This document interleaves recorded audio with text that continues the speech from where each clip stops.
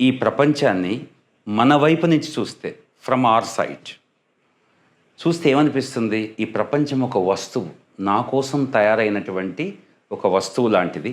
దీన్ని నేను బాగా ఉపయోగించుకోవాలి, చాలా చాలా ఉపయోగించుకోవాలి, చాలా ఎంజాయ్ చేయాలి. నాకు నచ్చిన వాటిని అన్నింటినీ సొంతం చేసుకోవాలి, నచ్చని వాటిని దూరం పెట్టాలి, వీలైతే నాశనం చేయాలి. ఇలా ఒక ప్రపంచాన్ని మనం ఒక ఆబ్జెక్ట్గా ట్రీట్ చేస్తాం. ఒక వస్తువుగా, మన కోసం తయారైనటువంటి ఒక వస్తువుగా భావిస్తాం.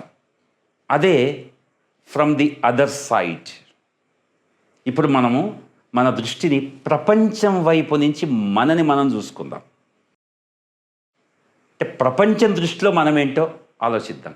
ప్రపంచం వైపు నుంచి మనని చూస్తే వేల కోట్ల మందిలో మనం ఒక్కరం మాత్రమే. ఈ భూగోళం పైన నివసిస్తున్నటువంటి వేల కోట్ల మందిలో మనం ఒక్కరం మాత్రమే.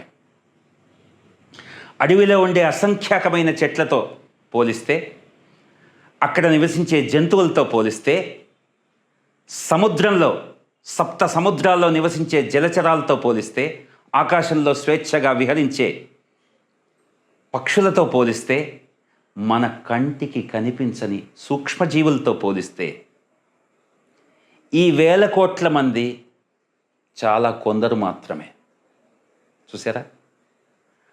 ఆ చాలా కొందరిలో మన అస్తిత్వం, అంటే మన ఎంటిటీ, మన ఉనికి, మన జీవితం, మనది అనుకుంటున్నటువంటి మన చిన్న ప్రపంచం, మన అపజయాలు, మన జయాలు, మన గర్వం, మన అహంభావం, మన అవమానాలు, మన అసంతృప్తులు, మన సుఖాలు, ఇవన్నీ కూడా చాలా చిన్న విషయం.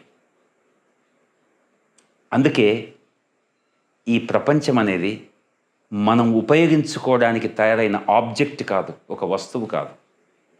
మనం అర్థం చేసుకోవాల్సినటువంటి, ఎంతో లోతైన అవగాహనతో అర్థం చేసుకోవాల్సినటువంటి ఒక గొప్ప సబ్జెక్ట్.